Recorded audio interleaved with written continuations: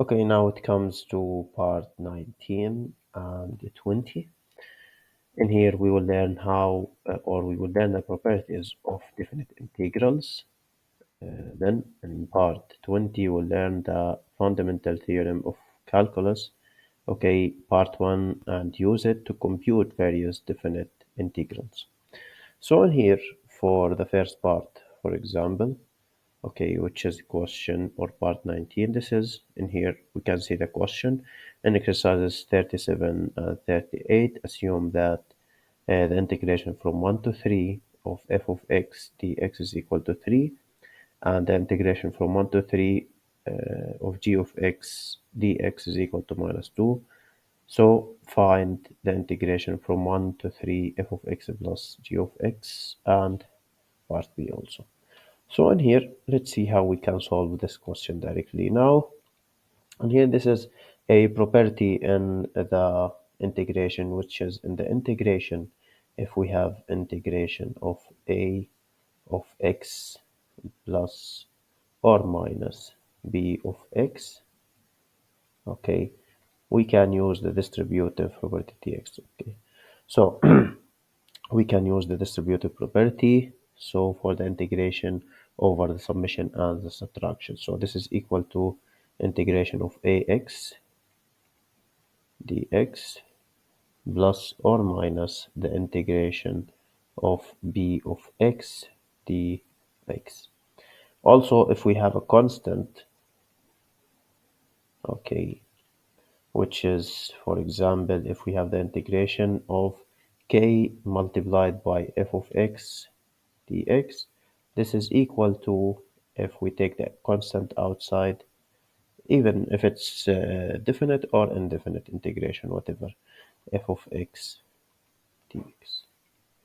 Okay, so now let's apply these rules over here. So let's say if we have to solve the question 37, okay, so this is equal to, after using the distributive property, this is integration of 1 to 3 of f of x dx plus the integration from 1 to 3 g of x dx. So this is directly equal to, in here, 3, okay, and this is 1 to 3, minus 2. So this is plus minus 2, which is equal to 1 at the end. Now for question, this is for A. For part B, it will be directly, you can use the direct substitution also. So instead, since the integration is from 1 to 3, so 2 multiplied by 3 over here minus the value of g of x is minus 2. So this is equal to 6 plus 2. So this is 8. That's it. Okay, so in here, these are the two properties that we have learned also for the definite and the indefinite integration. Okay, so now applying the first part of the fundamental theorem for calculating the integration. So in here, let's find these integrations directly. So in here we have definite integrations. Of course, if you have multiple choice question, you can solve this question directly using your calculator by writing the integration directly in your calculator, and that will give you the final answer if it's multiple choice question. Now, if it's not, let's say if it's a free response question, let's see how we can solve the question. So let's start with the question 5. So in here, the integration from 1 to 4 of x square root of x, we don't have product rule for the integration. So we can say this is equal to integration from 1 to 4 of x multiplied by x to the power 1 over 2 plus 3 over x dx. Okay, now in here, this is equal to the integration from 1 to 4 of x times x to the power 1 over 2, which is in here 1 plus 1 over 2, which is x to the power 3 over 2. Then plus, of course, dx, plus the integration from 1 to 4. Let's take the constant outside. So this is 1 over dx. Now, in here, x to the power 3 over 2. The integration for that is x to the power 3 over 2 plus 1, which is 2 over 2, which is 5 over 2, divided by 5 over 2. This is 4 to 1, or from 1 to 4.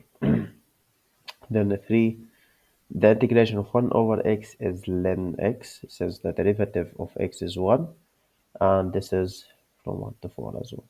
Now the substitution of the upper, okay, minus the substitution of the lower one. So in here you can substitute the values, and here you can write them as 5 divided by 2, so we can flip. So this is 2 multiplied by 4 to the power 5 over 2 over 2, okay, then plus, we can substitute the upper since they are the same, so plus 3 ln 4, okay, minus the substitution of 1. So in here this is going to be to 2 times 1 to the power 5 over 2 divided by 2 plus 3 ln 1. That's it. Then you can use your calculator to find the final answer. Okay, so what about question 6? Also in here it will be the same, so for x squared over 2, and so in here let's say how we can solve this. So in here this is integration, the integration of 4x, so we can rewrite it as integration from 1 to 2 for x minus 2x to the power minus 2 dx. So this is equal to 4x squared divided by 2.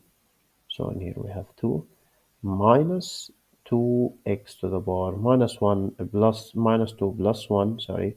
So this is equal to in here minus 1 divided by minus 1, and in here we have minus, so this is plus, okay. Then the substitution of the upper minus the substitution of the lower.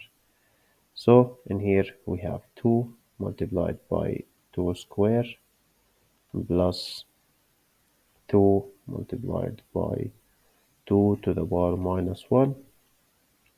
Okay, we can write it 2 over 2 directly. Okay, minus, don't forget to use the parentheses. So this is 2 multiplied by 1 square plus 2 multiplied by 1 to the power minus 1. Then you can find your final answer. That's it. So now let's move to questions 7 and 8. So in here in these questions, you can find the integration directly as well, the integration of the exponential function. This is equal to the same exponential function, so integration of e to the power ax dx. This is equal to e to the power ax over the coefficient of x, which is a, plus c. This is if we have indefinite integration, but in here we have definite, so we don't have to put c. So let's solve in here question 8. Let's say question 8. Okay, so this is integration. Let's rewrite this.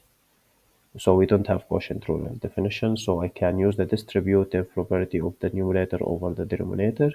So this is e to the power 2x over e to the power 3x minus 2e to the power 3x over e to the power 3x. Okay, so dx. So this is equal to integration from 0 to 2 of e to the power. Now we can write this in the numerator. This is going to be e to the power 2x dot e to the power minus 3x equal to e to the power minus x, because in here the addition, so minus 3x plus 2x, this is equal to minus x, So minus this with this eliminated, minus 2. This is dx.